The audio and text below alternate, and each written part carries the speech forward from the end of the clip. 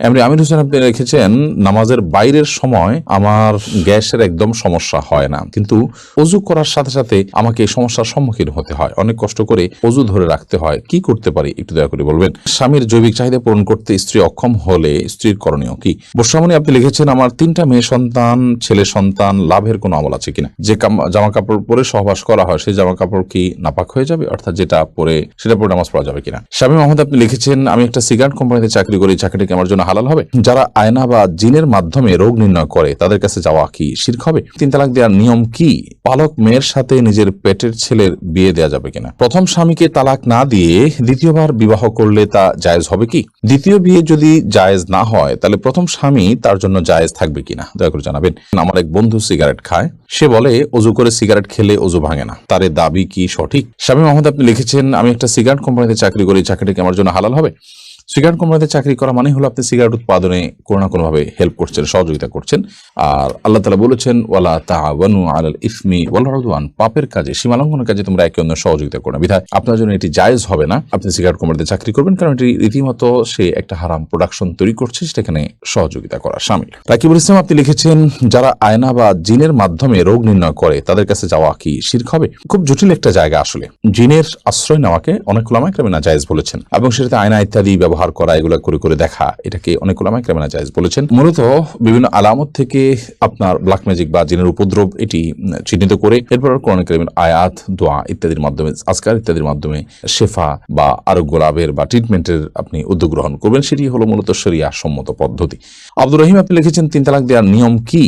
আপনি যদি আপনার স্ত্রীকে 3 তালাক দিতে হয় তাহলে যেই পবিত্রতায়, অর্থাৎ মাসিক হওয়ার পর যে নতুন পিরিয়ড, পবিত্রতার পিরিয়ড শুরু হয়েছে, সেই পিরিয়ডে তার সাথে শারীরিক কোনো সম্পর্ক করা ছাড়া আপনি একটা তালাক দিবেন, এরপর একটা মাস চলে যাবে, আপনি আবার তাকে কখনো একটা তালাক দিবেন, এভাবে 3 দফা 3টা তালাক দিবেন তাকে, অথবা একটা তালাক দিয়ে আপনি ছেড়ে দিবেন, এটি সবচেয়ে উত্তম। এবং 3 মাসে অটোমেটিকলি তার সাথে আপনার সময়, আপনার নির্দিষ্ট সময় আপনার পার হয়ে যাবে, এরপরে আপনি বিচ্ছেদ হয়ে যাবে। পরবর্তীতে আবার কখনো বিয়ে হলে এরপর যদি আবার তার থেকে তালাক দেওয়ার প্রয়োজন হয় তখন আপনি তালাক দিলেন, এভাবে তিন ধাপে 3টা তালাক দিবেন। একসাথে 3টা তালাক দেওয়া এটা নাজায়েজ এবং গুনাহের কথা। মোহাম্মদ রাসেল আইডি থেকে আপনি লিখেছেন, পালক মেয়ের সাথে নিজের পেটের ছেলের বিয়ে দেওয়া যাবে কিনা? হ্যাঁ, দেওয়া যাবে, যেহেতু পালক মেয়ে সে আপনার আসল মেয়ে না, অতএব তাকে আপনি পেটের ছেলের সাথে বিয়ে দিতে পারেন। হ্যাঁ, যদি আপনার পালক মেয়েটা আপনার দুধ সন্তান হয় বা দুধ সম্পর্কিত আত্মীয় হয়, যার সাথে বিয়ে বন্ধন আবদ্ধ, হারাম, দুধের কারণে যে সম্পর্ক হয় সেটি যদি এই পর্যায়ে চলে যায়, ধরুন আপনি এই ছেলের বোনের দুধ আপনি পান করেছেন, তাহলে তো সে আপনার দুধ ভাই,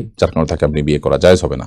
তো এরকম কিছু যদি না হয়, জাস্ট পালক মেয়ে, তাকে আপনি লালন পালন করেছেন, আপনার দুধ পান করেনি সে, তাহলে সেক্ষেত্রে, বা এই ছেলের সাথে আপনার যে ছেলে হয়েছে তার সাথে তার দুধের কোনো সম্পর্ক নেই সরাসরি, তাহলে সেক্ষেত্রে তার সাথে বিয়ে দিতে কোনো অসুবিধা নেই। এমনি সেলিম রেজা কাজল আপনি লিখেছেন, যে জামা কাপড়ে পরে, যে জামা কাপড় পরে সহবাস করা হয় সেই জামা কাপড় কি নাপাক হয়ে যাবে, অর্থাৎ যেটা পরে সেটা পরে নামাজ পড়া যাবে কিনা? যা কাপড় চোপড় পরে সহবাস করলেই সেটা নাপাক হয়ে যাবে না, যদি সেখানে নাপাক লাগে তাহলে সেক্ষেত্রে সেটা নাপাক হবে, আর যদি নাপাক না লাগে তাহলে সেটা নাপাক হবে না। অতএব এটি নির্ভর করবে যে নাপাকটা লেগেছে কি লাগেনি তার উপরে।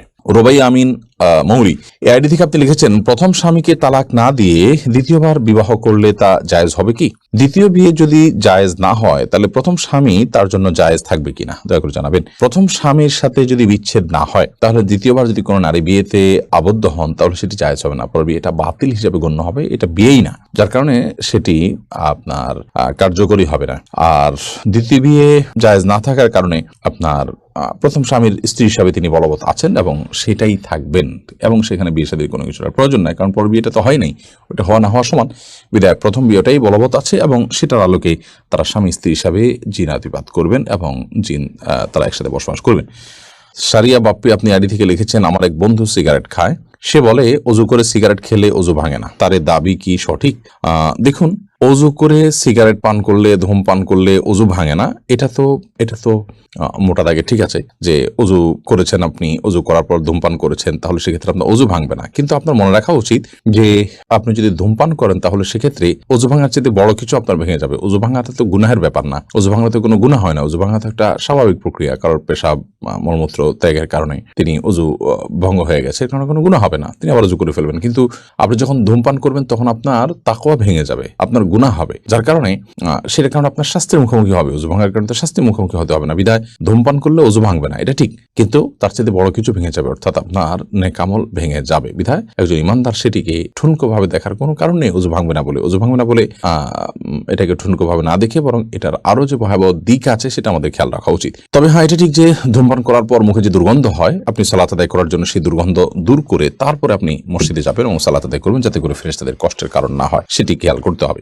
শান্তা আক্তার আপনি লিখেছেন, আমার স্বামী অন্যায়ভাবে তার মায়ের কথায় আমাকে এক তালাক দেয়। এখন সে ভুল বুঝতে পেরে আবার ফিরতে চায়, কিন্তু তার মায়ের অন্যায় জেদ এখনো বিরাজমান, আমায় মানবে না। এখন করণীয় কি? মা যদি অন্যায়ভাবে তাকে তালাক দিতে বলে এবং মায়ের কথা প্ররোচিত তিনি এটি করে থাকেন, তাহলে একটা তালাক দিয়েছেন যেহেতু তিনি আবারও তার সাথে ঘর করার সুযোগ আছে। যদি 3 মাস পার হয়ে থাকে তাহলে এখন আগদ পরে নতুন বিয়ের মাধ্যমে আপনারা একসাথে থাকতে হবে। যদি 3 মাস না পার হয়ে থাকে তাহলে এখনই আপনারা শুধুমাত্র মৌখিক প্রত্যাহারের মাধ্যমে একে অন্যের সাথে থাকতে পারবেন। আপনার শাশুড়ি তিনি যদি অন্যায়ভাবে আপনার উপর অসন্তুষ্ট হন, ধরুন তার যৌতুকের ডিমান্ড আছে বা অন্য এমন ডিমান্ড আছে যেটি আসলে শরিয়া গ্রাহ্য নয়, তাহলে সেটি না পূরণ হওয়ার কারণে তিনি আপনার উপর অসন্তুষ্ট যদি হয়, তাহলে সেক্ষেত্রে আপনার স্বামী আপনার সাথে ঘর করতে পারেন এবং সংসার করতে পারেন, কোনো অসুবিধা নেই। এরপরে সাবিহা জাহান লিখেছেন, স্বামীর জৈবিক চাহিদা পূরণ করতে স্ত্রী অক্ষম হলে স্ত্রীর করণীয় কি? যদি স্ত্রী স্বামীর জৈবিক চাহিদা পূরণ করতে অক্ষম হন, তাহলে সেক্ষেত্রে স্বামীকে একাধিক বিয়ের ক্ষেত্রে তিনি সহযোগিতা করবেন এবং স্বামীর চরিত্র হেফাজত করা একটা গুরুত্বপূর্ণ বিষয় এবং বিয়ের অন্যতম লক্ষ্য এটি। তো সে লক্ষ্য যদি পূরণে অপারগ হন তিনি, তাহলে সেক্ষেত্রে স্বামী গুনাহের দিকে যেতে পারেন, চরিত্র নষ্ট হতে পারে। সেই জায়গা থেকে স্বামীর জন্য দ্বিতীয় বা তৃতীয় স্ত্রীর ব্যবস্থা করা এবং সেটার জন্য মানসিক সম্মতি দেওয়া, তাকে সহযোগিতা করা। এটা সুমাইয়া সাদ্দাম এই আইডি থেকে আপনি লিখেছেন, নন মাহরামদের সাথে কি ফোনে বেশি কথা বলা যাবে না?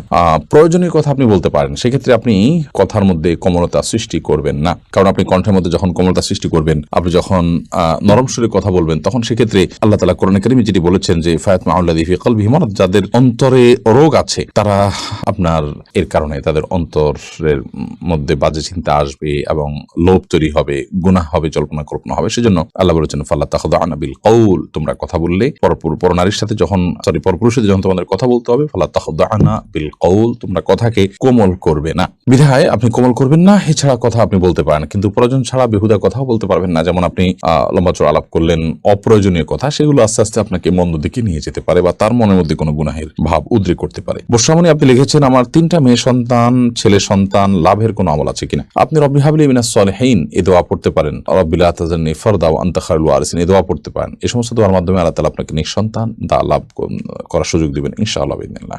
আমির হোসেন আপনি লিখেছেন, নামাজের বাইরের সময় আমার গ্যাসের একদম সমস্যা হয় না, কিন্তু ওযু করার সাথে সাথে আমাকে এই সমস্যার সম্মুখীন হতে হয়, অনেক কষ্ট করে ওযু ধরে রাখতে হয়, কি করতে পারি একটু দয়া করে বলবেন? নামাজের বাইরের সময় গ্যাসের সমস্যা হয় না, কিন্তু নামাজ দাঁড়ালে শুরু হয়ে যায়। এটা কোনো দুষ্ট জিনের উপদ্রব কিনা, ব্ল্যাক ম্যাজিকের কারণে কিনা, সেটা আপনার দেখা দরকার এবং সেটার জন্য আপনি রাকিদের শরণাপন্ন হয়ে ট্রিটমেন্ট করা উচিত। বিশেষ করে কোরআন কারীমের তেলাওয়াত, জিকিরের পরিমাণ বাড়িয়ে দেওয়া উচিত। কিন্তু সালাতের মধ্যে আপনাকে ওযু ধরে রাখতেই হবে, কারণ ওযু আপনার ছুটে গেলে আবার নতুন করে ওযু করে আপনাকে সালাত আদায় করতে হবে।